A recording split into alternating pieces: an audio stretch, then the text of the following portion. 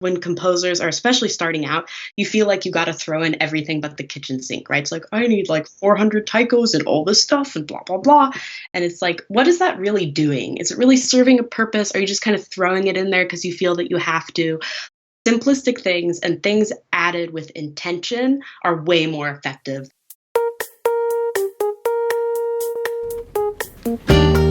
Hey, it's Matt, and today on Composer Code, we chat with Taylor Ambrosio Wood. She's an incredible marimbist and a video game composer with a ton of insight to share. She had some really actionable ways that we can speed up our workflow, namely setting up our palette like an artist in our DAW, which was a super cool topic. We talked about how to get gigs, how not to get gigs, things to avoid, like being taken advantage of by skeezy developers, which there aren't that many out there, but they are out there. We talked a little bit about some challenges that she faces as a female in a very male-dominated world of indie developing and video game composing, and overall it was just a really great conversation. So I hope you guys enjoy this conversation with Taylor Ambrosio Wood. I'll ask you, because I saw all your pictures, how was GDC? Oh, it was pretty fun. It was like really overwhelming and exhausting, so I'm like glad it's over. Yeah. It's my second time going. But it was really fun, and I got to see some of my friends who I haven't seen in a long time, and that kind of thing. So I made some more good connections. Really, the most I made was the first time. Like, now that I live in the Seattle area, I see a lot of these people. Yeah. A lot. But yeah, no, it's good. And then some. I mostly get people coming to me from the internet, so that's pretty funny. Like, as far as clients or whatever, people who want to work with you? Yeah. That's cool. Yeah, no, it was good. Yeah, so we'll see where these leads go and stuff. So that's really cool. One of these days, I want to make it out to one of those. I live in Orlando, Florida, so pretty far on the other side of the corner of the nation, but. Yeah, one day that would be great. Yeah, if you haven't been, it's super fun. It's just, it's like really exhausting, but it's a really good time, and especially all the audio meetups, and everybody's so nice, and like they just party all the time, and yeah. Well, it's no wonder you got sick. It sounds like a constant meetings, conference excitement, and parties. Your body probably just gave out by the end of it. Yep. Well, I'm sure it was worth it. I want to ask you, just as we get started here, how you got started in music, or when that started. I know you mentioned a little bit about it in your bio on your website, and then also kind of intersecting with that is how you got into video game music and arrived at the point you are now, where you're a video game composer. Yeah, so I started music kind of in a bizarre way. When I was about 9, my mom kept enrolling me in like after school programs because she wanted to find something I was interested in, right? Because I was pretty I didn't really have much opinions about much. Like, she would always tell me that she'd ask me how my day went, and I'd be like, oh, I thought it was fine, but that's just my opinion. Like, I don't know how the day actually was. Like, I was just had no opinions about things and stuff. So she's like, I got to get this girl to get into something. Gotcha. So this is in Ashland, Oregon. That's where I grew up.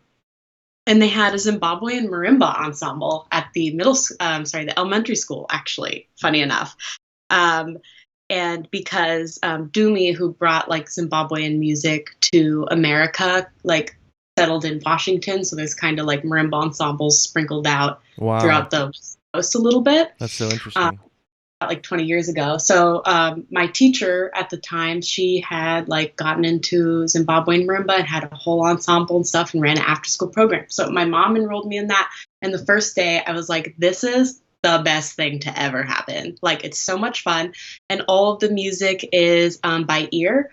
And so you just listen and watch and then repeat. And they're all kind of cyclical patterns and stuff. I don't know if you've ever listened to this kind of music, but it's all these kind of cyclical patterns and interlocking patterns, kind of similar to a lot of other African music styles, Ghanaian music. Steve Reich was very influenced by that, and you can kind of hear that in his music. So it's all that African patterns and stuff. I just loved it. And I loved hitting stuff. It was just so great. Besides the cyclical pattern, and I want to get back to the African influences too, because that I'm fascinated with that. Besides the cyclical patterns, what was it that drew you to the marimba and that and hitting stuff? Was there anything else special about that particular instrument that was like, man, I love this as opposed to other instruments or even other African instruments? Yeah. I think it's that, well, the Zimbabwean marimbas are very unique in that they have like kind of a buzz to them, which is supposed to replicate the mbira because they were designed to, like, the mbira which is the traditional Shona thumb piano. I play that as well, Yeah. but that is meant to be played as a duo. And so basically a college in Zimbabwe was like, we need to make this kind of music so more people can play. So then they kind of developed the Zimbabwean marimbas. So they have this kind of buzz to them, which I really liked. And I think as opposed to other percussion instruments, like the marimba is so melodic, like it's really, and especially when you get to like a concert marimba, it's more like a piano really, in that the stuff you can play, especially when you get into four mallet playing.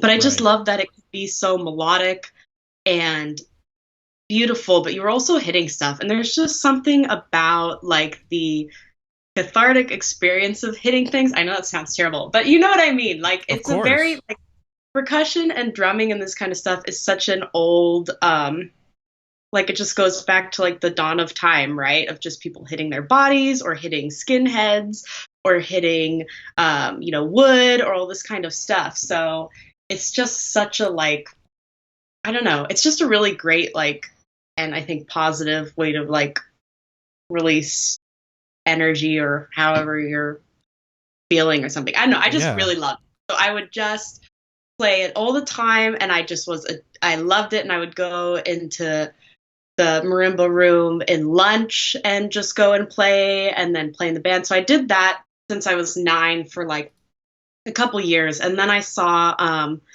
marimba band played at a place where there was also the local college was playing like the concert marimbas, right? Mm-hmm. So the ones we know, we see more. And so they use 4 mallets and stuff. So I was like, whoa, they can use 4 mallets and they have like all these, because the Zimbabwean marimbas I played on were in the key of C, so they didn't have any accidentals.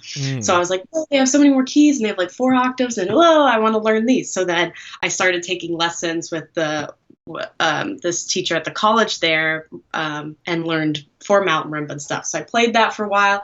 Then I got more into percussion and then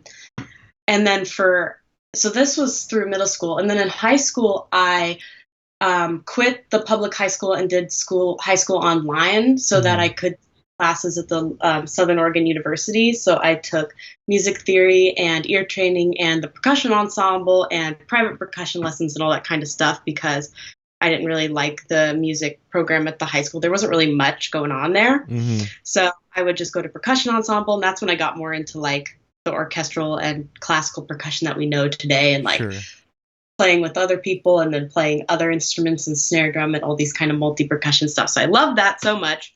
And then I did that in, because it was online school, I could finish it in 3 years. So then I was done. And then I was going to go to college.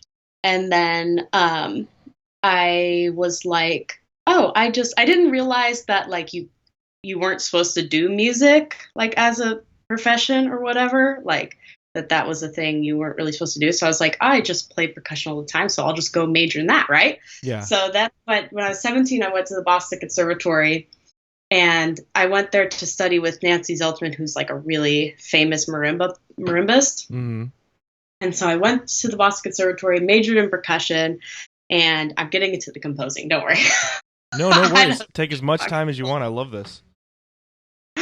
Anyway, so I went to the Boston Conservatory, and there I was a percussion major. They don't let you double major, and they don't let you like switch majors and stuff once you get in for a particular thing. Mm-hmm. So that's when I really I hadn't been composing for all this time, right? So I just was playing. And so at the conservatory, I was playing a lot and all this stuff. And then I just didn't really like what I was playing. I played a lot of marimba solos. I didn't really like them. And I was just kind of I I didn't, something was missing and I didn't know what it was. Like I was almost going to drop out. I was so kind Mm, of unhappy. And then I really liked like at the conservatory we took like 5 semesters of music history. It was so much music history, and we had all these ear training, like listening, drop the needle exams and all this stuff. So I started like, and we had to do all the score study and always write essays about all these composers and stuff. And I was like, this, I just found that so interesting. Like I love studying scores and seeing how what people were coming up with and how mm. like the history of music is changed by one composer creating rules and then the other some other guy comes along and goes, I'm breaking your rules and starting my own rules. Then some other guy comes along and does the same thing. And that's Right. like basically the history of Western music. But So what do you mean by a drop the needle exam? What is that? oh, so it'll be like, okay, so you have to go and listen to all the Beethoven symphonies, and then we have an exam where we'll drop the needle. So we'll play any part from any of them in the middle of it for like 30 seconds, and then you have Got to it. write which what movement, opus number, whatever. So they would Gotcha. do, yeah, it was like really stressful, but it was good because I like listened to so much music because of that. So Right. I really value that. At the time I was suffering, but looking back, I'm like, that was a really good experience. One other thing you Um, mentioned was you said, when you were thinking about majoring in percussion, you knew that like that was before you knew that music was not a thing you're supposed to do for your career. Were you referring to just like social pressure of trying to pursue art like as a yeah, career?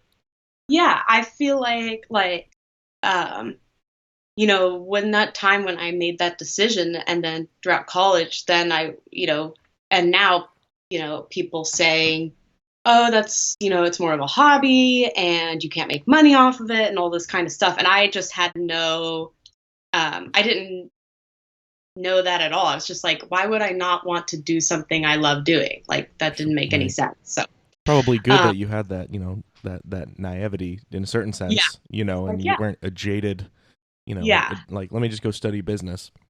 Because yeah. I'm curious, do you still feel that way? Do you still feel? I mean, I'm sure now that you've been in the industry a long time, or at least you've been in the industry for a while now. You've graduated from school. You probably have different perception. Do you still feel like it's a worthwhile cause to pursue it as a career? And is it challenging? I'm sure it's challenging, but what are your thoughts on that now? Yes, I think it totally is. I think people who say it isn't, that's totally crap. And they shouldn't be so salty and so so pessimistic. There you go. So yeah, That's good. I'm glad I did listen to them, and I was very lucky to have parents, especially my mother, who were just wanted me to be happy and are just like, well, do whatever you want, and we support you. So that I was very lucky to have that. That's really cool. That's really cool. You were finishing a story, I think. I'm sorry, I think I No. cut you off. Oh, I was trying to get to from starting music to getting to composing. I'm almost there, I think. Where was I? Oh, at the at the conservatory. I was playing the pieces, looking at the composers, upset. I want to quit. I didn't like playing all this stuff, and it was just like I don't know. This was like sophomore year. I was kind of done. So then I was like, maybe, and I was just didn't like these marimba solos. I'm sorry. And so I was like, maybe I should put my money where my mouth is to maybe try to write something. So then I took lessons with this composition instructor, Marty Epstein. She's fantastic. She teaches at both the Boston Conservatory and Berklee College of Music, which I guess are the same thing now. So, but I took some lessons with her, like kind of, you couldn't take composition lessons, you percussion major. So I did it through like the Berklee Pro Arts. It was like this really complicated back way thing, but I did it. And so I went to her and she was just so encouraging and so nice and so smart and really would articulate why a piece wasn't working or why it would work. And my favorite thing that she ever said to me was like, every piece has to be about something. You don't ever have to tell anybody what it is, but it has to be Hmm. about something real because people can sense that like realness. And it's kind of like songwriters. Like they write from their experience. Again, they can tweak details to make it more general, but you can kind of sense if something's like coming from a real place because that's what music is like a kind of connective experience and stuff. So I really loved her lesson. So then I was like, I love doing this. This is great. So then I started writing like she had me write piano pieces, and I wrote a marimba solo and a snare drum piece and like all this stuff that I could play that I was like excited to play. Yeah. So then it came time for graduation, and I was like, okay, well, now what am I going to do again? Yeah. And then you should go and study composition. Like, you're getting really good at it. I bet you could get into a master's program. And I was like, ooh, I don't know. Like, those people have been like majoring in composition, and I've just kind of started writing it like in the middle of my junior year or something. Mm-hmm. So then I just was like, okay, let me YOLO this. And then I just crammed like, you had to have like 3 pieces to apply to stuff. And I had taken some classes at Berklee. So I was like, oh, they really know about this software stuff, which I didn't know about at the time, how important it is. And I was like, they have like people who are working currently and making money. So I think they know what's up, Mm-hmm. Yeah. So they had their masters in scoring for film, television, video games in Valencia, Spain. And so I was like, okay, well, I'll apply to that, and I'll just kind of let fate decide. If I get in, great. If I don't, maybe I'm not a great. Maybe composing's not a great thing. I don't know. Mm-hmm. So then I just put together a portfolio, and I didn't know what a mock-up was. I didn't know really what virtual instruments were. So I wrote all this stuff and had my friends record it. So I submitted recordings for my application. Gotcha. And scores, and I had handwritten scores because that's how my teacher made me do it. Yeah. Marty at the time. And so it was like super old school. So I can't believe I got in. But so then I got into that, and then I was like, great, let's do it. So then I went to Spain. And then that program was crazy. And that's when I really got into video game scoring. So to get to the actual answer to your question. Now, were you a gamer up to this point? Like, did you play games? Yeah. Were you influenced by games growing up? Oh, yeah. I would play with my little sister all the time. I had Game Boy Color was the first console that I had, and Pokemon was my jam. Nice. And then I had a PS3 and just played so many games on that. I love the Assassin's Creed games, Dead Space. I love horror games. So I'd been an avid gamer. Yeah.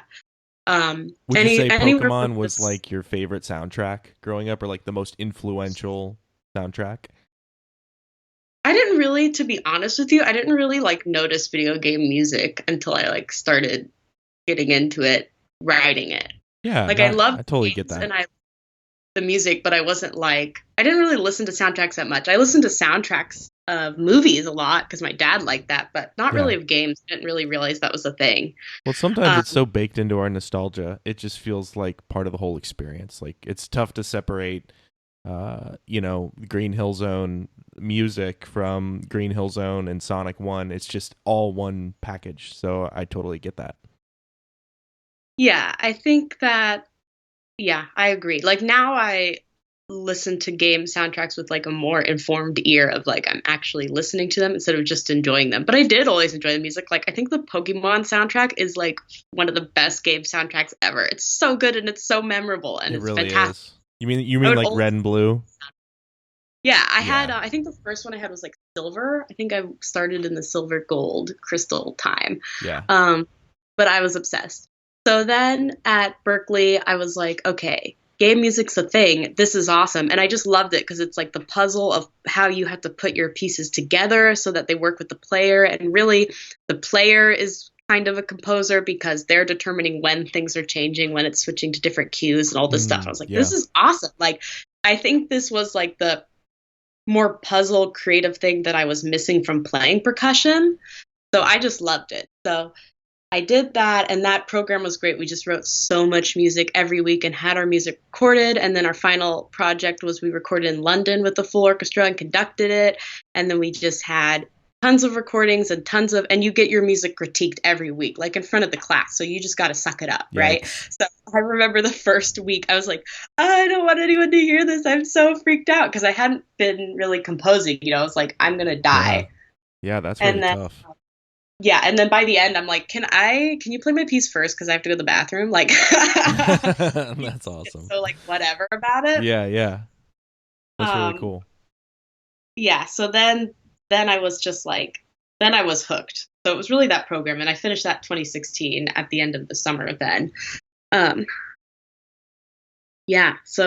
kind of that. I got into that, I guess. That's awesome. So that's really cool. And I really like the fact that you kind of like your ego starting at the beginning was like, maybe not your ego, but like this sense of being married to your work, and like I don't want anyone to criticize it by the beginning. Obviously, criticism never feels good, but how you learn to sort of accept it by the end, I think, is such a powerful skill for composers and pretty much anyone doing any creative work. You have to Yeah. be willing to put lots of stuff out there and get lots of criticism, but keep your head up and move on to the next piece. So I think that's really valuable. I want to talk about your composing process because I'm super interested in how composers, we all compose differently, and I think that's fascinating. Before I do, I'm super curious about Zimbabwean music because I would love to listen to some because of the African music I've heard, I love it all. So I didn't even realize that Zimbabwean music was a genre or a type of music. So if you're introducing a friend to Zimbabwean music, what artists or albums would you recommend them checking out? You have to check out Doomy because he's kind of like grandfather who he's passed now, but he kind of brought music to the States, and he was a fabulous Mbira marimba player. There's some really great groups. I really like, I don't know if they're still around, but Boca was really great in Portland, Oregon.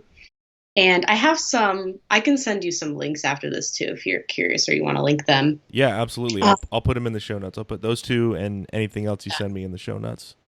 Yeah, so that was, yeah, so I would check him out. Yeah, he's really where I would start.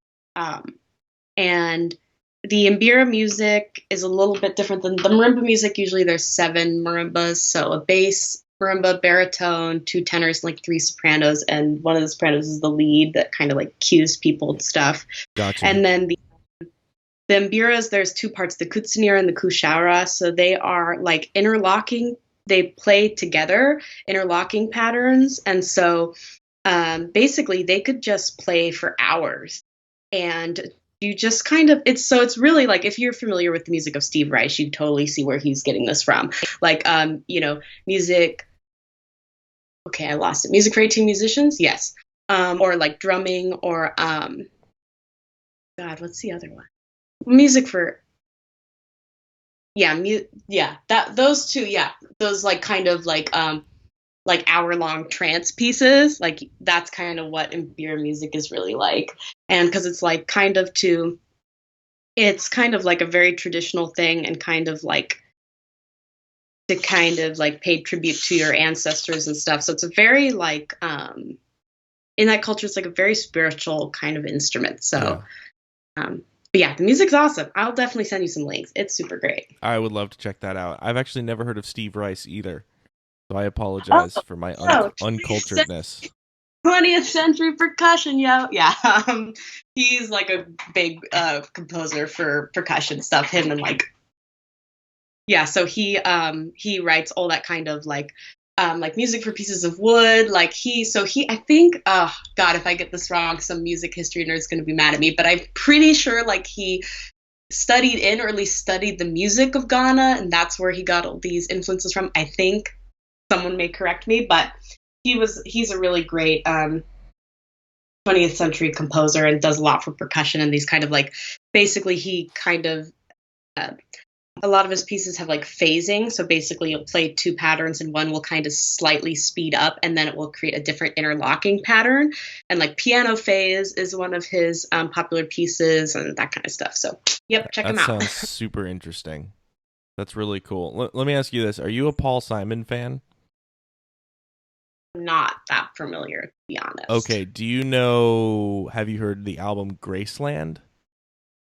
No, I've heard of it, but I don't know that I've heard it. I'm sorry. Oh, that's totally fine. I haven't heard Steve Rice, so it's fair. But yeah. I am curious what you think of that album because it is he worked with a South African band when he produced it, and it's got a lot of like Afro-Cuban, Afro-pop vibes. And I'm curious if that's authentic African music or sort of an American's perception of what African music sounds like. You know what I mean? So, yeah, kind of like how, we have Mexican food. how Americans think Mexican food should be, and then Mexican food. So I'm just Yeah. curious if it's you should definitely check that out and let me know what you think about that album. Yeah, that's its own like dissertation topic of like what is cultural appropriation in music and can you use instruments from cultures you're not from and how do you do that? And that's its own whole I sure yeah, hope so, that's a tricky thing. because I'm definitely not African, but I would love to play the marimba. I think music is more akin to food where it's more like you're sharing kind of your love for it. So I think Yeah. like the Zimbabwean musicians I've met are just so nice and happy to share and like come and teach music and stuff and like so I think it depends also on the culture and the people, but I think often it's a really open kind of thing. But yeah, that's its own topic. Yeah, so you've clearly branched out from marimba into other styles of music and other instruments. Just listening to your compositions on Spotify, and so I'm curious, how has the marimba or learning the marimba sort of primarily influenced the way that you compose on other instruments or in other styles? Do you? 'Cause I imagine you feel most comfortable on the marimba. How does that affect the way, like, say, you go to a piano and you compose a piano piece, or you go to sort of, some MIDI virtual instruments to compose an orchestral piece? Do you think the marimba sort of, do you see things through the lens of that percussive marimba style, or maybe talk a little bit about that? Yeah, I think that any instrument you start playing, a lot of composers, right, are instrumentalists first, often piano or guitar or something. And I think that does influence how you kind of write. Mm-hmm. I use a lot of I really like rhythm and I always think about that when I'm writing and that's Yeah. like a big part of the things that I like and these kind of I wouldn't say it's necessarily the marimba as an instrument that kind of has influenced me, but the kind of music it's involved in. So like the Zimbabwean music and the 20th century percussion and all that kind of stuff, like the interlocking patterns, the way melodies are used and rhythms, I think has kind of bled into my writing, whether I wanted to or not. Yeah. And I think that it's really just when you're writing for instruments that you don't play, you really just kind of have to study that instrument, how it's often written for, how it usually sounds best, and then you can break those rules as you want. I mean, that's the whole study of orchestration, but it's basically, I think that the marimba music I enjoy kind of informs that, but I've also done a lot of study and listening to like orchestral music and how like it when I played percussion in the you're in the back, you're in the percussion section and you're like tapped it a lot, right? So you're just sitting there listening to the orchestra for like ever, right? Sure. Every rehearsal, like 2.5 hours every day. So you have a lot of time to be like, oh, they've like doubled the flute part with the xylophone, and oh, then the tubas are coming in with the bass line. They're doing this kind of thing. Like you have a lot of time to study and listen. So I think that's super important. That's so interesting. It's like an extra time to study the orchestra, even though you're in Yeah. the orchestra. I mean, to be fair, I did play a lot of Candy Crush, but I also That is amazing. So now I know what they're doing in the back there when what they're doing in the back is they're on Facebook or playing Candy Crush. Like I'm telling you. That's awesome. Well, good to know. Secrets of the trade. Mhm. When you compose, do you have any composers that you take influence from? My favorite like dead guy composer, as I call them, is Tchaikovsky. I think he's just the bomb. Like Yeah. he's just the use of melody and his orchestration just I love it.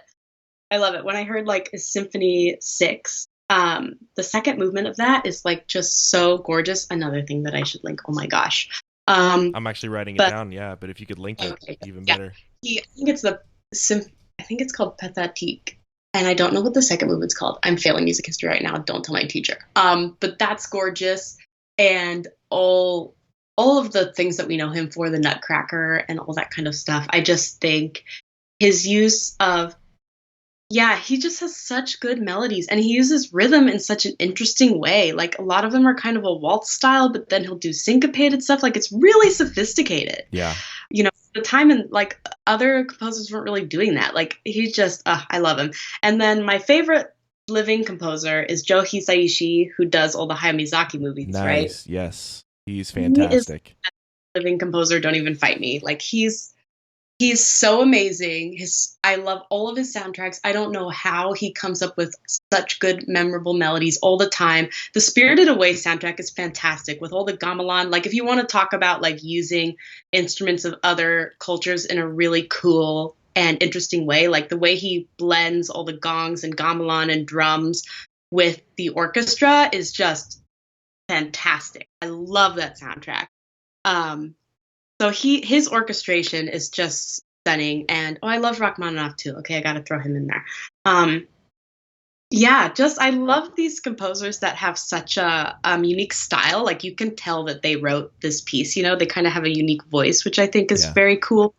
And just the way that they use really instruments really creatively. Like there's a great Spirited Away cue where he kind of has a piano that's it's not a prepared piano but slightly out of tune to everybody else, but you Hmm. don't really even quite notice it.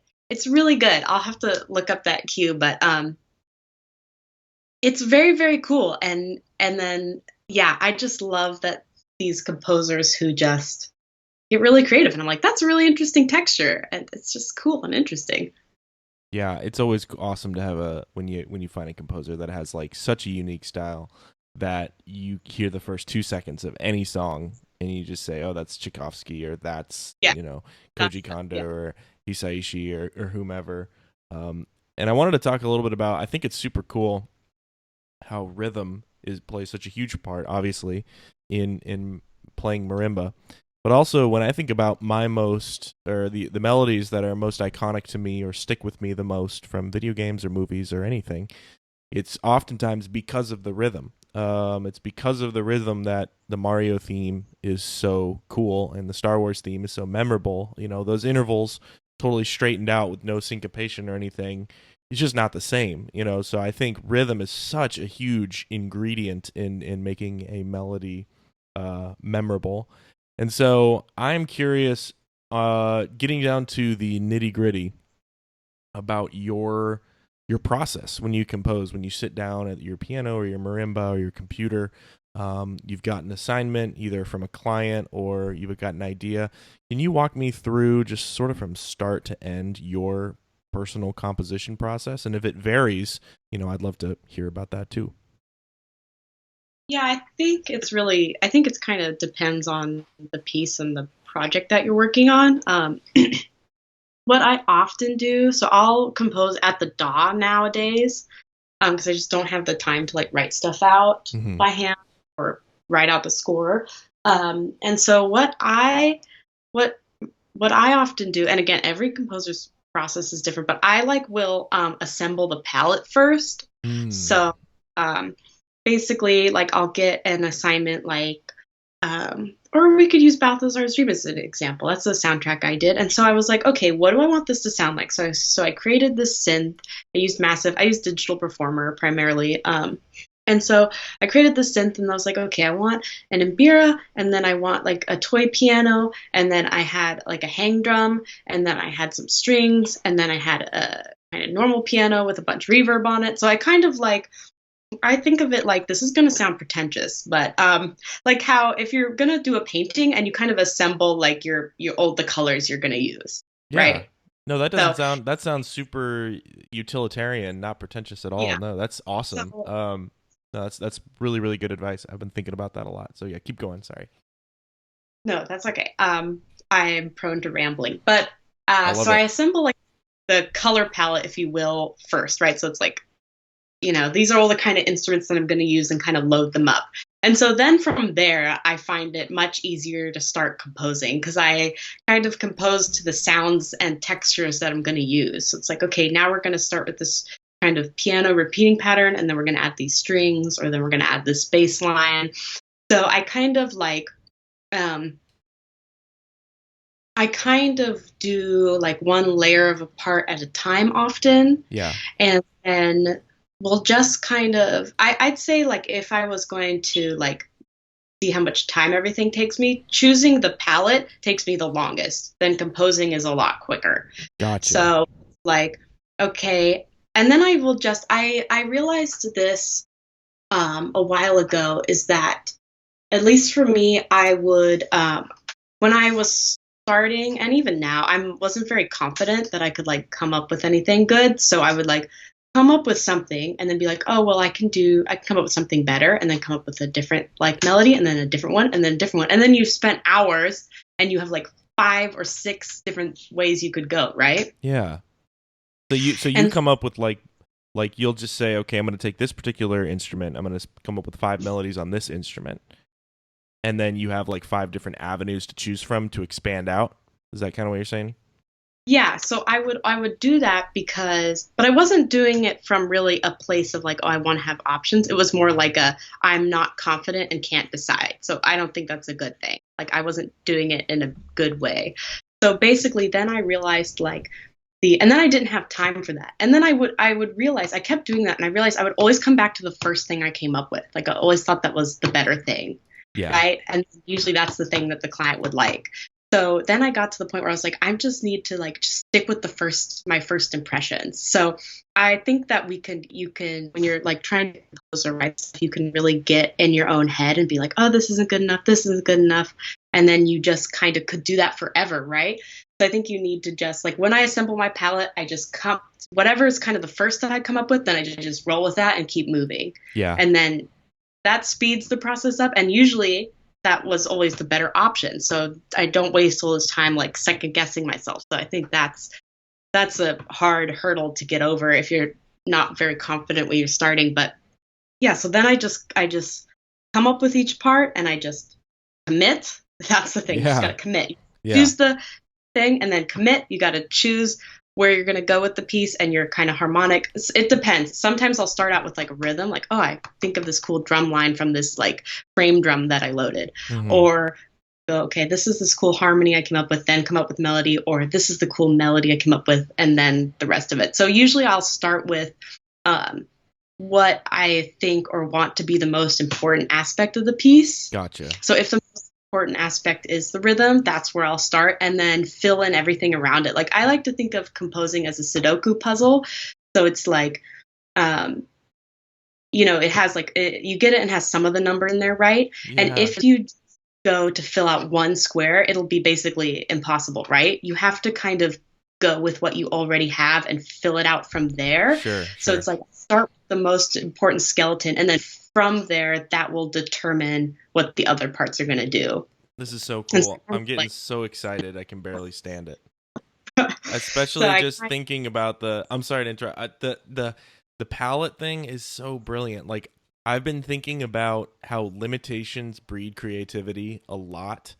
And in a sense, when you say like, okay, I have these 7 virtual instruments and I'm not going to go beyond these, like, unless I really, really have to or something, but these are the 7 instruments that I'm sticking with, that is so much better than just saying like, what should I add next? What should I add next? Because if I do that, and I understand, some composers might dig that, but if I do that, I'm like, I end up with like 17 basses. And it's like, do I need 17 basses? Why is this happening? So I think the fact that you choose your palette is like a form of a limitation that you put on yourself that really breeds creativity. And I love the Sudoku thing so much. That is so true.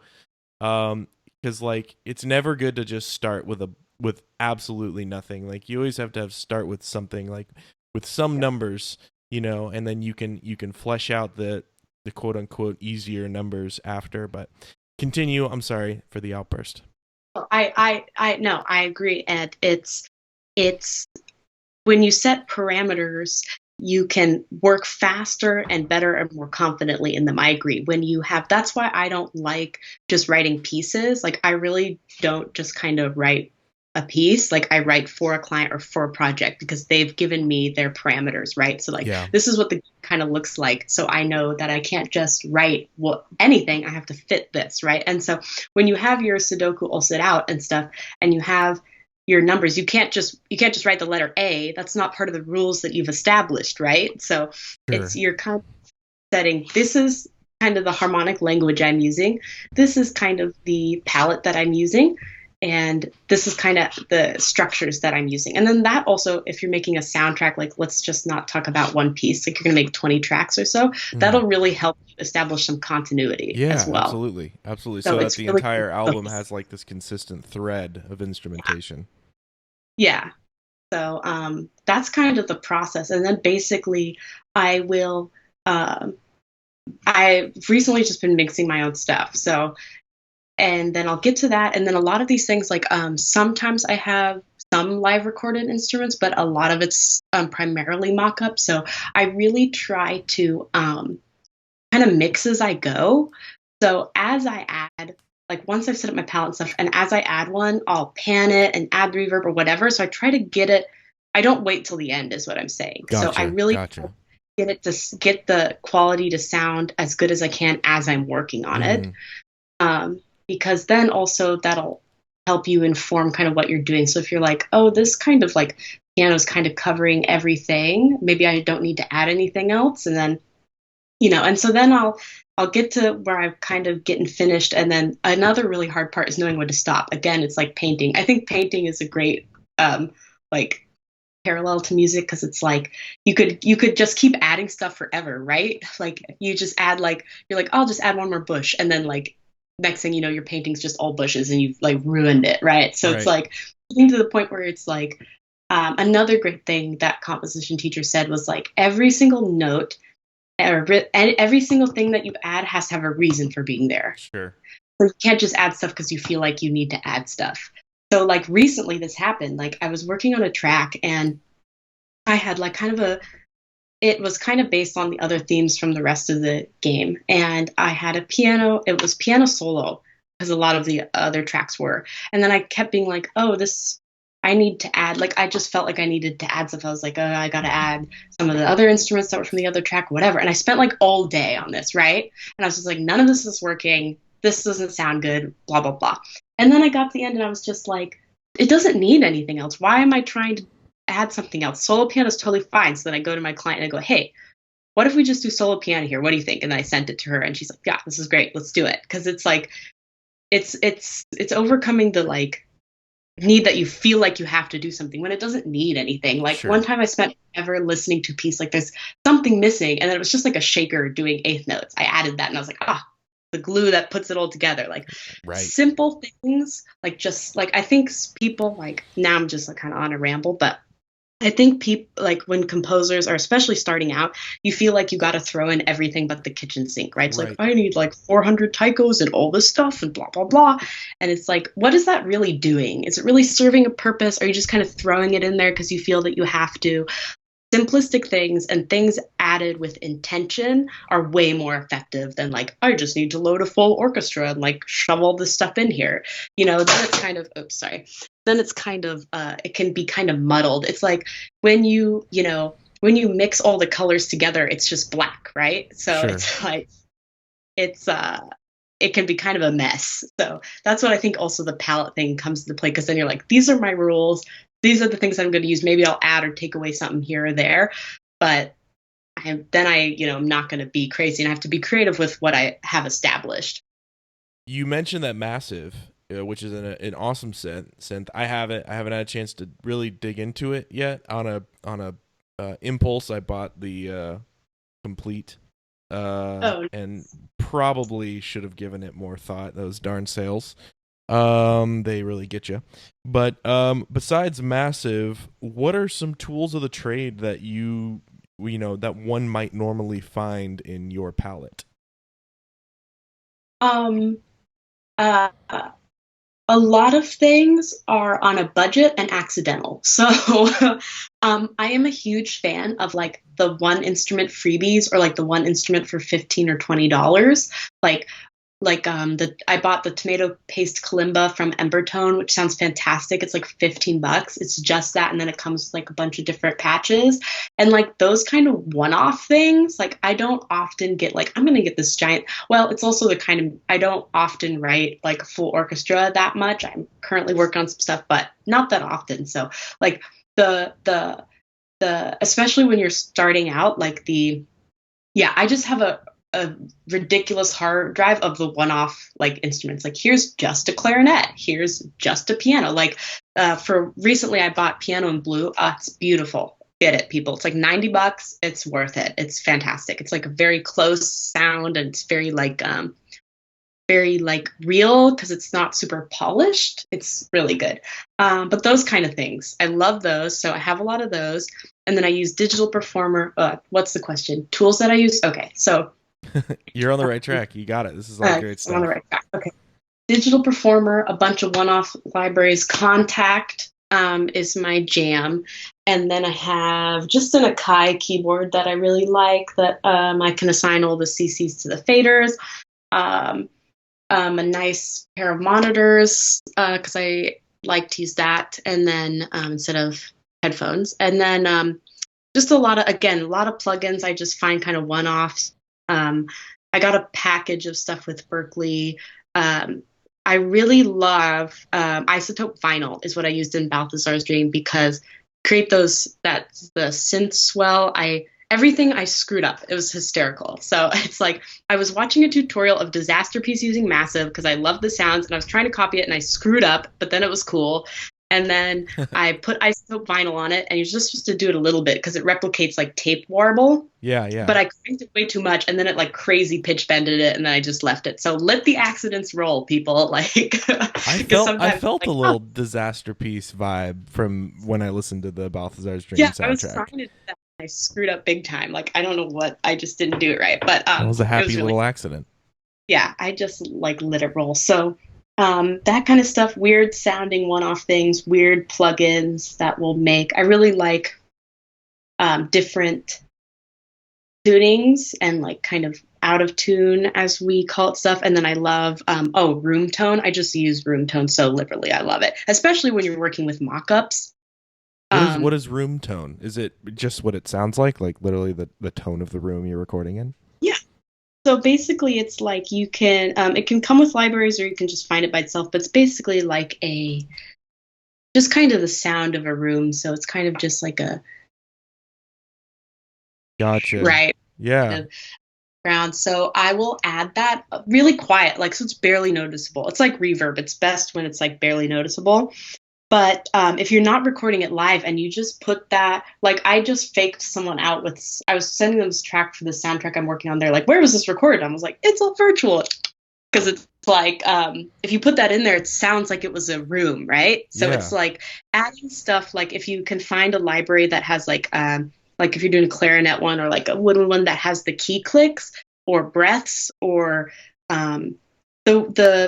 I really like I love the soundtrack for Castaway because again that's on tape, so it kind of has the tape warble, and I love like these old, like I love Jerry Goldsmith and these kind of old when I was kind of trying to study mixing and like trying to get better at it and listening to mixes, like anything that can make it sound more human, so less polished. Yeah, and I know. It's kind of counterintuitive because you're like, I gotta have my mix sound super polished. But for me, I like to hear the error. So like, I won't quantize everything 100%.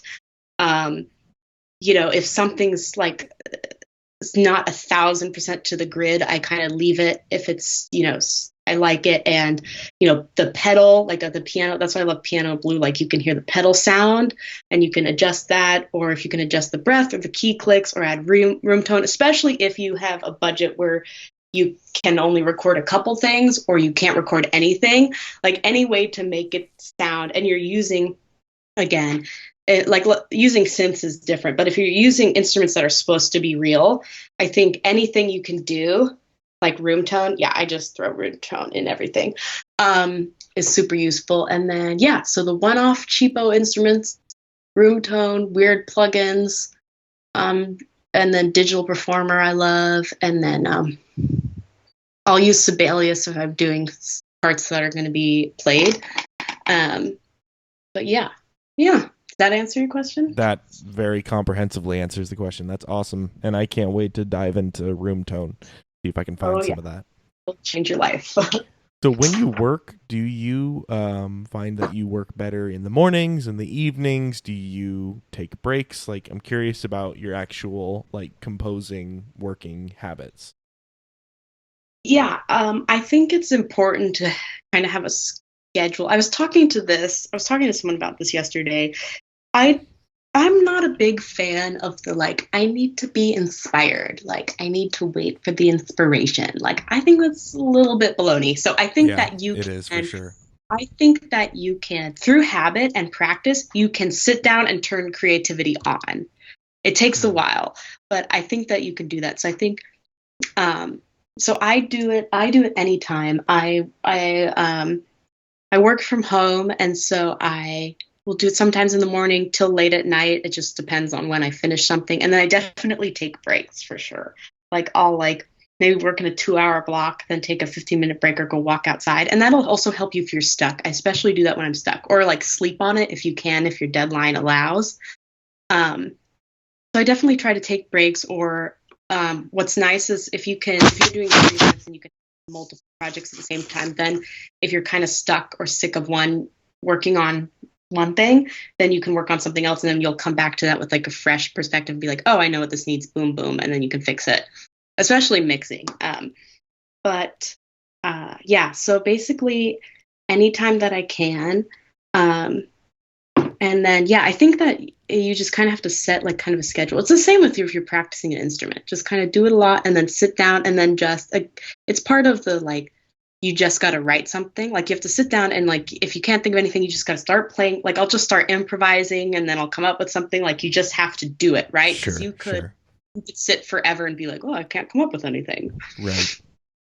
Yeah, I think that's part of being a professional. It's part of being someone who does this for a living is like, you don't get to go to work when you're inspired. You go to work every day Yeah, and you make it happen. yeah. Same thing with being a composer. On that note, I'm super curious how you got your first gig, and I would love for you to tell that story. You're a very good storyteller, and I appreciate that. Thank you. Um, I'm like interesting. and Uh, yeah, so I would love to hear that story and just sort of how you got that first gig, because in my experience, it tends to be the toughest. But then the next gigs, well, I guess it depends, but see, I've never gotten a gig, but I am trying to go in that direction, trying to break into the composition space. So I'm always super curious about how composers got their first gig. So yeah, feel free to share that whole story. well, for everybody, it's different.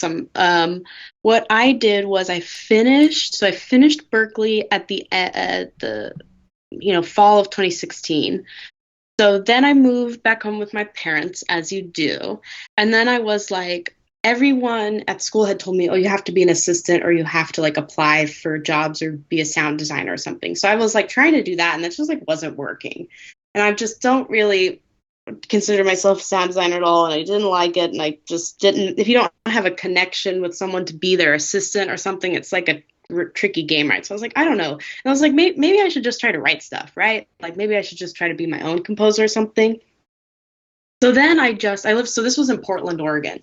So then I just looked at Facebook groups and like social media and stuff of all the indie game developers and they're posting screenshot Saturday, this is my thing or whatever.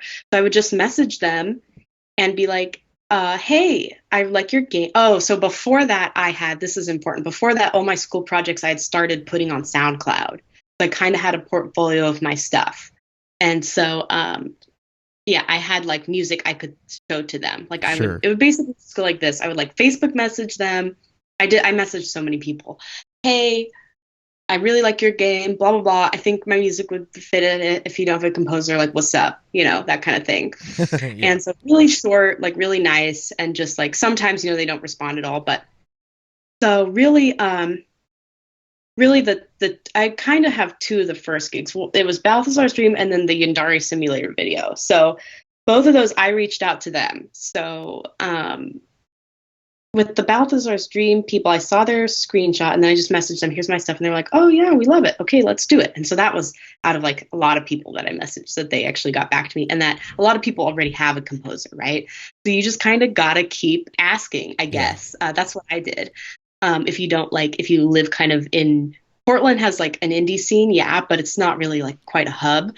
So you just, I just use the internet. So and then with the Yandere simulator, my little sister plays the game that's what's out of it so far, and was like, you should message him because maybe you can write for him. And I was like, there's no way he's going to respond or whatever. And then he did. And then I did the music for I did a couple tracks that are in the game. He already has like a composers that he works with, so I don't work with him anymore. But I scored this video where it introduces a bunch of the characters. There's like 5 million views, so it like got a bunch of people to my SoundCloud, right? That's awesome.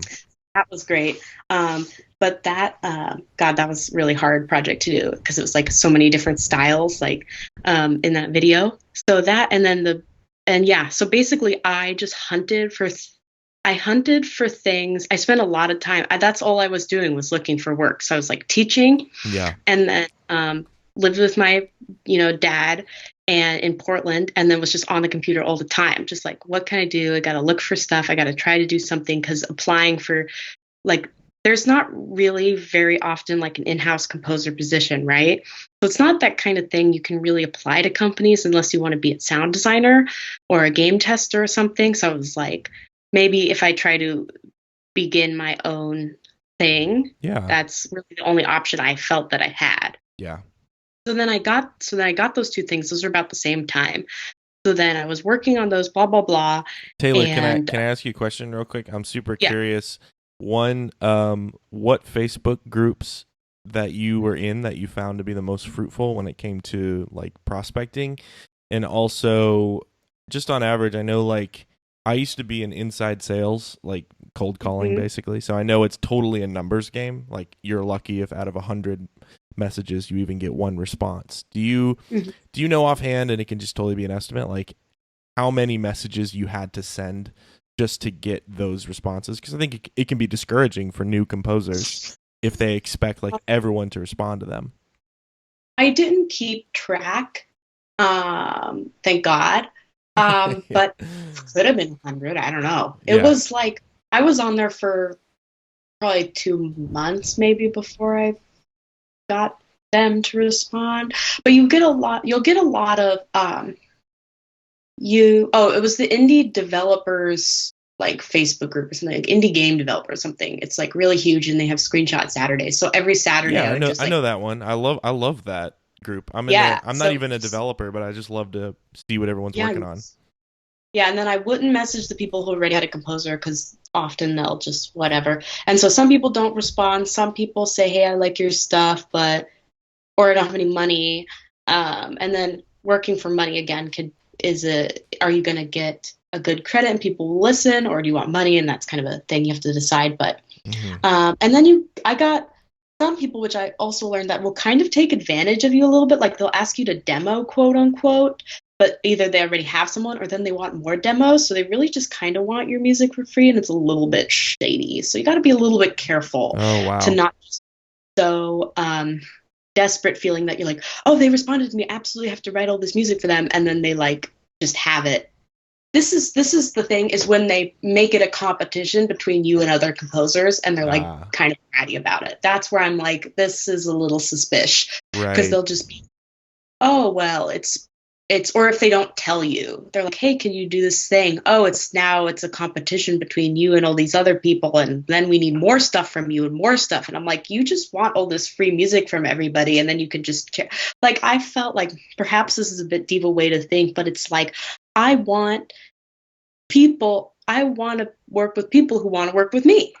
Yeah, no, totally. You totally don't want reasonable. Yeah, so it's like, or at least kind of treat you like, there's a lot of people, like when I was first looking, that just are like, because they get so many, they can kind of get any composer. And I've had somebody say that they were like, oh, I could just get anybody. And I was like, oh, well, go for it. Yeah. Wow. Adios. Sounds like you dodged a bullet working with someone like that. Yeah. that's what you later realize. Like now the clients I have are so nice, pay me well, like really great to work with, like, wanted to work with me. And that's such a better experience. So it's like you kind of have to like yes, you have to be willing to do a lot of stuff, but you also have to have kind of like the parameters that you're going to still feel good about yourself. Yeah. So what I just felt like some of these people, and I'm glad I'm not working with them. I'm like, thank God. Yeah. Later you're like, whoa. But they just, yeah, it's just, sometimes again, a lot of the game community is super nice, but sometimes like when you're starting out, you just run into people who are just kind of like, well, I can just kind of get all your stuff. And they're just kind of like treat you just like they can get anybody. And then my motto is if then be my guest. You're welcome to do so. If you don't think that my music or working with me is any different than anybody else, or it's of no value, then it's not going to be a great, because you also have to think like if you're accepting a project, sometimes this could go on for months, even like a year or so, these indie games. Yeah. And if you're going to be like working with someone who's really hard to work with for that long, you're going to be like, oh my God, what have I done? Yeah. So it's like, it's when you're choosing these projects, it's like, it's kind of like these three things: money, what is the project, or, will I be able to write cool music for it that I can like have as a credit or whatever? And then how are the people treating me? Are they nice? Are they, because I really don't like, I know there's this whole kind of like culture of like, you gotta like really take it when you're starting out and it's going to be really rough and everyone's a jerk, whatever. And I'm just like, you know what? I don't got to deal with that. There are plenty of nice people and you just got to find them. Yeah. So it's like these three pillars of like, okay, this project's paying me really well, but they're kind of a jerk, but to me, it's worth it. So then you take it. But, oh, they're not paying me that well, but this is a really cool game and they're really nice. So I'm going to take it. So you kind of have to like weigh, and again, everybody's different. Like, do you have a bunch of student loans? What's your rent? Do you have to also have a part-time job that you're going to not have much time to write? So you don't want to be being yelled at while you're trying to do it right. So it's like it's not a thing you can have like a clear cut answer, but that's kind of like the parameters I was using when I was looking for stuff. So after those two things, then those two things kind of were done in 2017. So that was the fall of 2016. That's 2017. And then the people that I have now found me. So because of those things and because of the things I posted.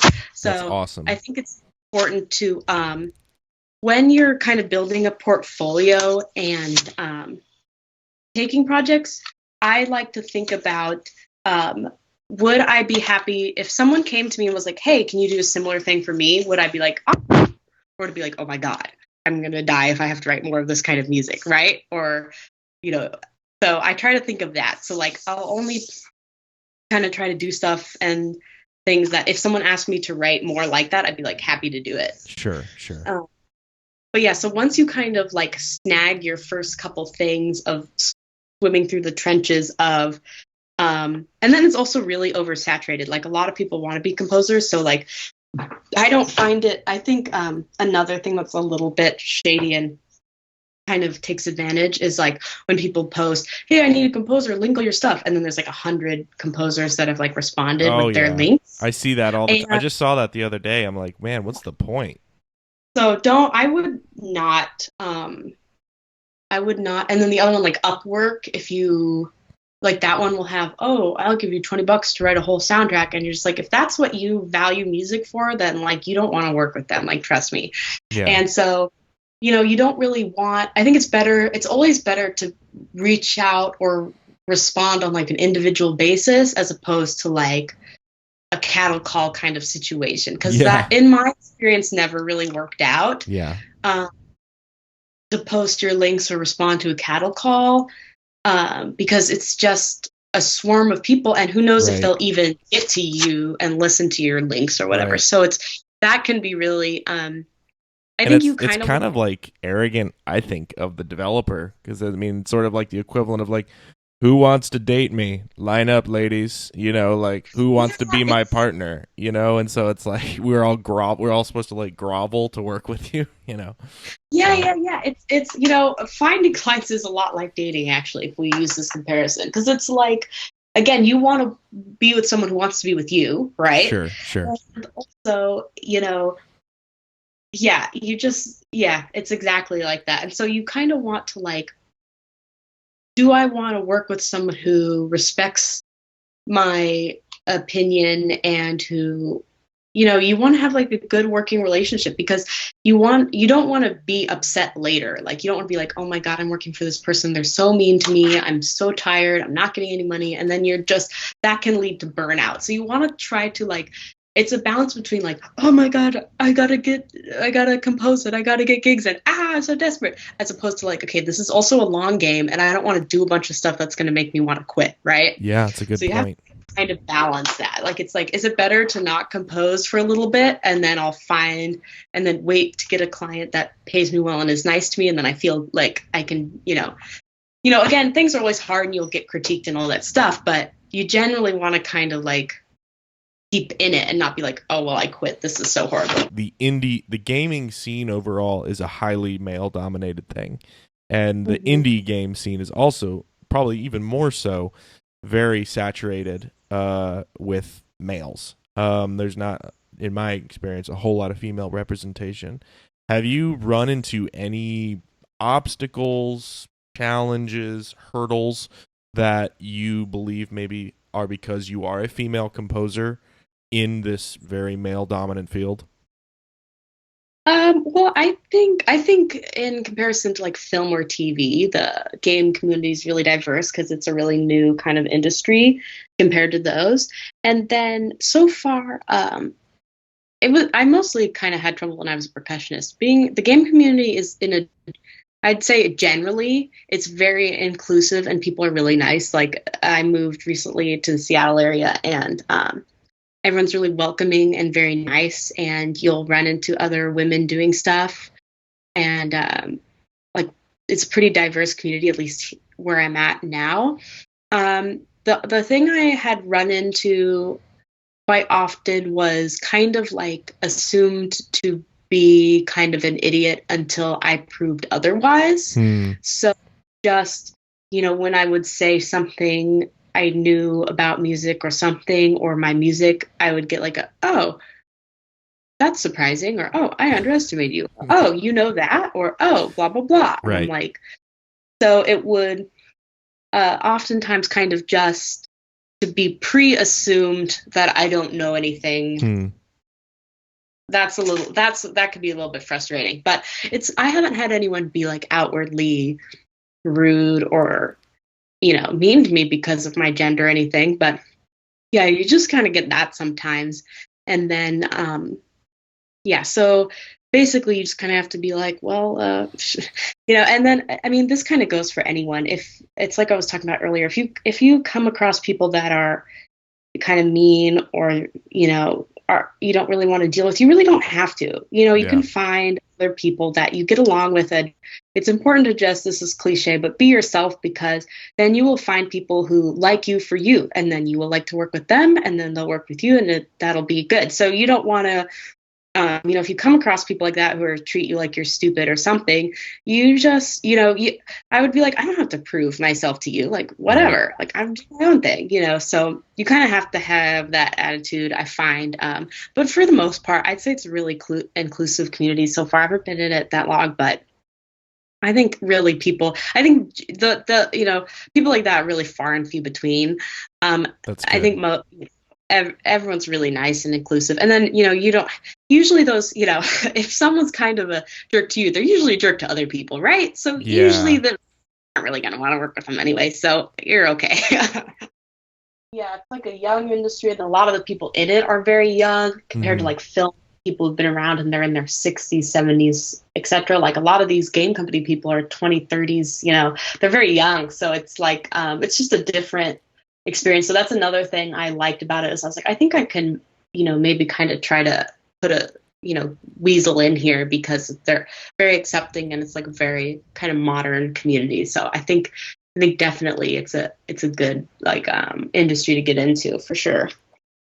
It's very rewarding to kind of, yes, you have your instructions and your clients critique and etc., but to kind of have a sense of freedom while you can, while I'm starting out, and while I kind of have the ability to do that in the indie scene. I think you're able to do that quite a bit more than in a in the corporate scene, Mm-hmm. from my understanding. Yeah. So kind of, I enjoy these things where you kind of have a, here's what I want, blah blah blah, but also what do you think? Like, Yeah. how can Yeah. it's really actually collaborative. Sure. Sure. That's really fun. Yes, I don't mind doing what I'm instructed to do. And okay, can you do something that sounds like this? Blah blah blah. Happy to do it. But the things I really enjoy are like, let's collaborate. What do you think? This is what I think. Sometimes you like with one of these current projects, you sometimes are pushed in a way you would have never gone. Like one of these projects, I would have never come up with this combo of stuff and instruments unless my client suggested to do so. So Sure. it can be like really fun. Yeah. Right now I'm working on a couple indie games that will, I think, come out later this year. I don't know if I should say that much, but basically, yes, I'm working. I'll just kind of be vague with that. Sorry. But Yeah. No I'm kind of worries. working on games that kind of very different. Like one of them's kind of a like jazz classical fusion thing, and then one of them's kind of orchestral, and one of them's kind of like pop music. So it's like it's fun to do a bunch of different kind of styles, and then as I get requests of like, here's my game, hey, are you available to do music, let's like do this. And then so we'll see if how many of those kind of pan out. You just gotta keep like my thing that I'm trying to do right now, like it's hard, it's hard. It's pursuing composing, and you're trying to make money and support yourself and all that kind of stuff. It's really tough. Like it's not for the faint of heart. Yeah. But it's also, in my decision to pursue this, it's like I can't imagine doing anything else, and the risk of total failure is worth it. And so I'm willing to roll these dice. So it's kind of, yeah, you just try to keep it going and do the best you can, and always be writing, I think, is really important. And if you don't have like a project, just be writing something, or like look at a picture and be like, I'll write about a piece that relates to this picture and then I'll post it. Like just constantly writing, and then also putting yourself out there, because like even if it's not super finished, like I have some stuff on my SoundCloud and I'm like, those are not good mixes, you know what I'm saying? But like at the time it was the best I could do. So it's you kind of have to keep just putting it out there, and Yeah. then and then that it's the process of like now I'm on a tangent, sorry. When you are composing and you create something, it's like a kind of a vulnerable thing, and it's personal, and you like are an artist expressing yourself, blah blah blah, and you do your thing. But then you need to like let it go, right? You need to like put it out there, get your critique or whatever. And I think that's part of the process, is like that's part of like the cycle of a musical piece. It's like you have the concept, then you create it, then you have to release it. Yeah. So not technically release it for sale or whatever, but put it out there, share it with your friends, post it on the internet, whatever you want to do, send it to your mom, I don't know.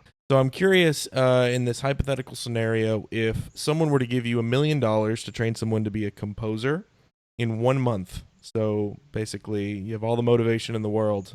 You have 1 month, all the time in the world to take someone from just a ordinary run-of-the-mill, say, musician to a full-fledged composer. What would you do? Where would you start? Kind of walk me through, that process. Well, I would just take the $1 million and leave town, and then yeah. That's awesome. All right, moving on. Next question. So Okay, no, from getting them to be like super good, or like just getting them on the right path, because just a like, month is not much. yeah, you're right. No, that's totally fair. I think just getting them on the right path. Like, I think the question is more just about like, what are the big things in composition that are like that make everything else easier once you learn them? So the first thing is about training someone, and then I have what's a really useful skill. They're kind of related. Okay, so if you had $1 million to do it for a month, it's like a weighted balance scale. It's like musicianship and score study, and so I would have like a bunch of scores of all the old dead guys or whatever they're listening to, or IMSLP is like life. Get on IMSLP. And basically just you have to like study a lot of music and practice writing a lot of music. And writing by hand is a super useful thing because you really have to think about, like, I'm glad my teacher made me do this. You really have to think about all the notes you're putting. So it's that. And then it's also software. So it's like kind of the old and the new. Like in this day and age, currently, you absolutely can't get anywhere if you can't make a good mock-up, right? So knowing how to use the software, knowing how to use sample libraries well, knowing how to mix well enough, like especially when you're starting out, you have to do it all yourself. So being able to get a really good, well-produced track is really, really important. So I would have them buy a bunch of stuff, buy a bunch of scores, and just listen to an ungodly amount of music. Like just you have to listen to so much and listen to like styles you don't even like and just try to figure out what's going on. Like listen to country music. I listen to so much Taylor Swift. I listen to Brahms. You got to listen to everything, right? Yeah. So I think it's like these two balances, becoming a good composer and musician and listening to what people have done before you to figure out where you want to take it is important. And then also being realistic in the sense of you really need to, like, that's the thing. Before I went to Berklee for the master's, I didn't know anything about this software. So I remember the first week of class, I like called my mom and I was like, I'm going to fail so bad. Like all these people have used these programs. Like, I don't know what a sample library is. Like I'm freaking out. And so you just got to learn the software. Yeah. And the technical side is super, super important. So I guess they have to take classes, enroll them in a program or something, or you gotta, if you're gonna learn it yourself, really have to be studious. I think if you could find like a teacher or a mentor, someone, that's the best because they kind of can kick your butt. If you learn how to be able to look at music you're not familiar with and break it down and identify all the pieces and be able to replicate it. So in the same way that a chef like develops their palate and they can like take a sip of soup and go, there's paprika and blah, blah, blah, blah, blah in this, right? Right. Yeah. So the ability I can listen to this thing or look at the score or listen to it and understand and break down what's happening so that when, especially if you're a media composer, because you have to write in all these different styles, so to be able to quickly, hey, I want you to listen to this Ethiopian music and I want this thing. And you're like, I've never studied that in my life. So you listen to it, and if you can quickly figure out, these are the main points of it. This is what it's all about. These are the things that make it really unique. These are the pieces that I should apply to the style I'm going to write in. This is how I can make it unique for me. Like the ability to basically analyze and kind of break down music, I think is like, oh my gosh, once you can get that skill and do it fast, you're like good to go. Like, especially if you're going to be a media composer or composer in general, like the more you can listen to stuff and training that skill is like a lot of score study and, writing about music and listening to a bunch of different music. And then when you can do it fast, like it gets faster, you'll be able to listen to it. And like, this is the chord progression they're doing. This is what makes it unique. This is what, this is kind of how they're structuring their harmony. That's really makes it particular to this piece. And once you can do that quickly, that's like, oh, I can't tell you how many times I've like been given something I've never heard and asked to like kind of parlay it into something or mix it with another thing I haven't heard. And you can't just go, I don't understand this music, right? You have to be able to go, okay, this is what they're doing. This is the important parts of it. This is what I need to extract. Like a chef. So that's a really important skill, I think. What do you think is a prudent amount of songs for a demo reel? Obviously you don't want to overwhelm them. You want to show them kind of everything you can do. What did your demo reel look like when you were pitching these developers? Well, I didn't really have a demo reel in that way. Like it would just be a SoundCloud playlist of a couple tracks. Gotcha. And you want to have tracks that are, because when you listen to something, right, you usually click around through the track to see if it changes, hear the different parts. So definitely Right. Something that has a lot of dynamic changes to it. And then I would tailor it to what it is. So if I have tracks that I think would kind of fit the style of it, then I'll just send like those two and just send them those. And so really I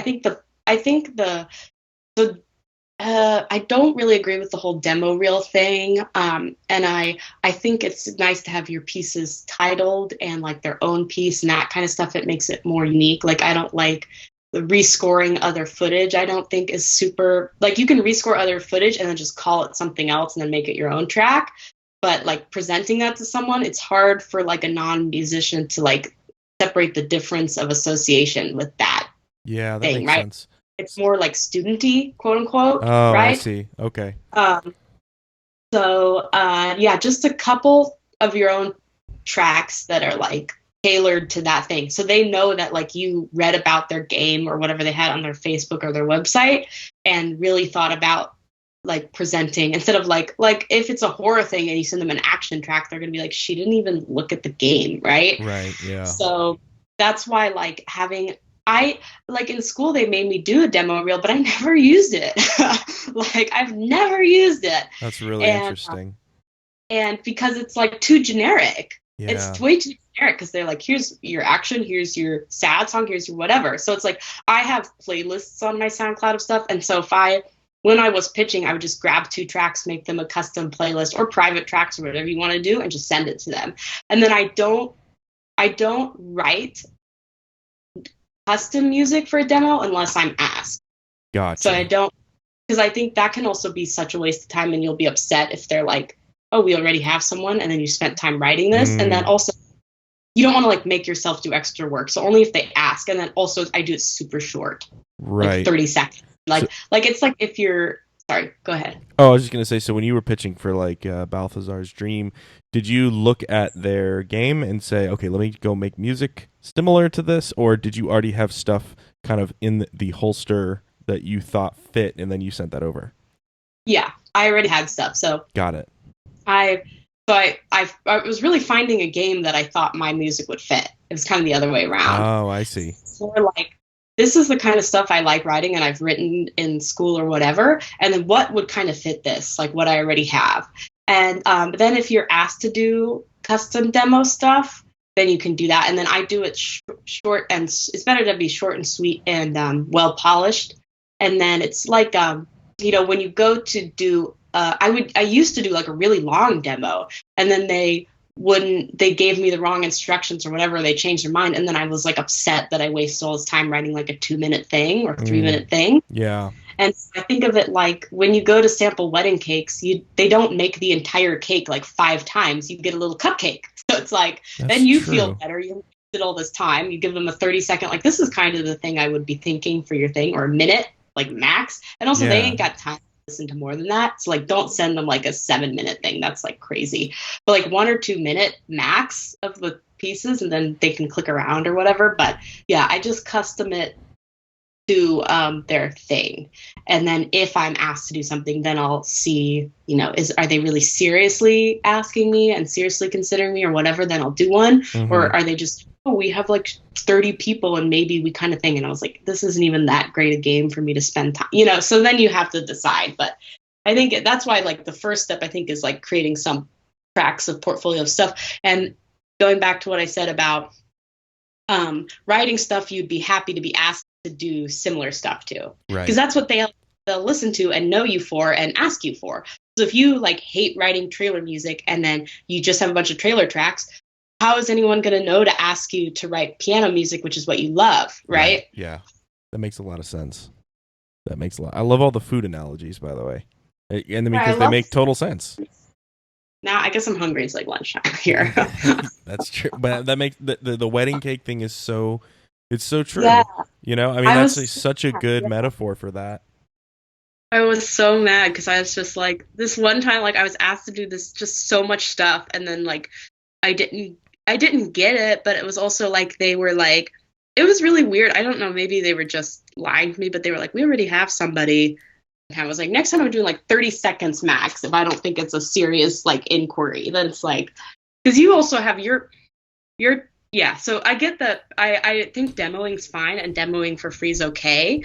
But if it's like a serious inquiry and you feel like, and then also you can parlay the demos that don't work out to maybe get you other gigs. Sure, so yeah, that's a great point. Like say you make a track and they don't like it. It's like, okay, well, I'll post it. And then someone else hears that, hey, can you write that for my thing? You're like, hey, one man's trash, another man's treasure, That's right. Take that. So yeah, you can definitely use, unless you sign something, which you really, I don't know, if it's a small thing, you shouldn't do that. But Sure. Yeah. you can just use it for something else. Say they didn't want it. So Yeah. Never waste a track. No track left behind. I have so many. I should start posting this. I was thinking about that today. I have like a couple tracks in the graveyard of just they didn't go anywhere or I didn't use them for something, and I was like, these actually could work for something else. So they're pretty cool. So You should post yeah, them just on Audio Jungle. You can try to oh yeah, get some licensing juice from that. yeah. But yeah, yeah, that's kind. Yeah, Yeah, I was actually talking to a student about this the other day because they're like, "Should I make a demo reel?" I was like, "I honestly wouldn't. Like, just you know, yeah, show. You can have different pieces that show your variety, but putting them together to be a reel, and especially, I think pairing them with, if it's like from games or student projects they scored, I think that's totally fine. But if it's like Far Cry 3 and blah blah blah, then it looks like a student, right? So I That's just think so that's interesting because I I've would never not have thought that, and I was like preparing to rescore some footage. So that's really good to know because it makes sense. Yeah, That's what a student would do. you can do it and then just like don't show it with the thing, like make it your own track and call it something else. Don't call Sure. it like Far Cry rescore, but then call it like the jungle forest party whatever, and then it's your own track. And then Right. I don't know. I mean, but again, it could work for other people. I don't know anyone where that's really worked out, and I've certainly never sent rescored footage or anything like that because yeah, I think it gives the studenty vibe, which you want to be professional even if you don't feel that way. Yeah. At the first part, right? So like a lot, like my SoundCloud before I got any of the games were all student projects from school, but I called them different things and gave them different pictures and all that kind of stuff. I didn't show them, like some of those are definitely scored to like Prince of Persia or Shadow of the Colossus or something. I think maybe I left that one called that. But like there a lot of those, like most of them were scored to game footage, but I don't say what game it's from because it's hard for them to like a musician, like I can look at your rescored thing and go, oh yeah, he'd be really good at doing blah blah blah. But like a non-musician game developer would just be like, oh, how does this relate to my game? It's just on the footage of Far Cry 3. Like they can't understand that. Sure. Yeah, that makes a lot of sense. It's like you want them to imagine the music happening to their game, but when it's happening to Far Cry 3, all they're thinking about is Far Cry 3. Exactly. That is exactly that's right on the money. That makes a lot of sense. Well, Taylor, thank you so much. This once again, this has been great. I've really enjoyed this conversation. This has been one of the most valuable interviews I've done. Period. So thank you. Yay. Lots of like actionable stuff that people can do today.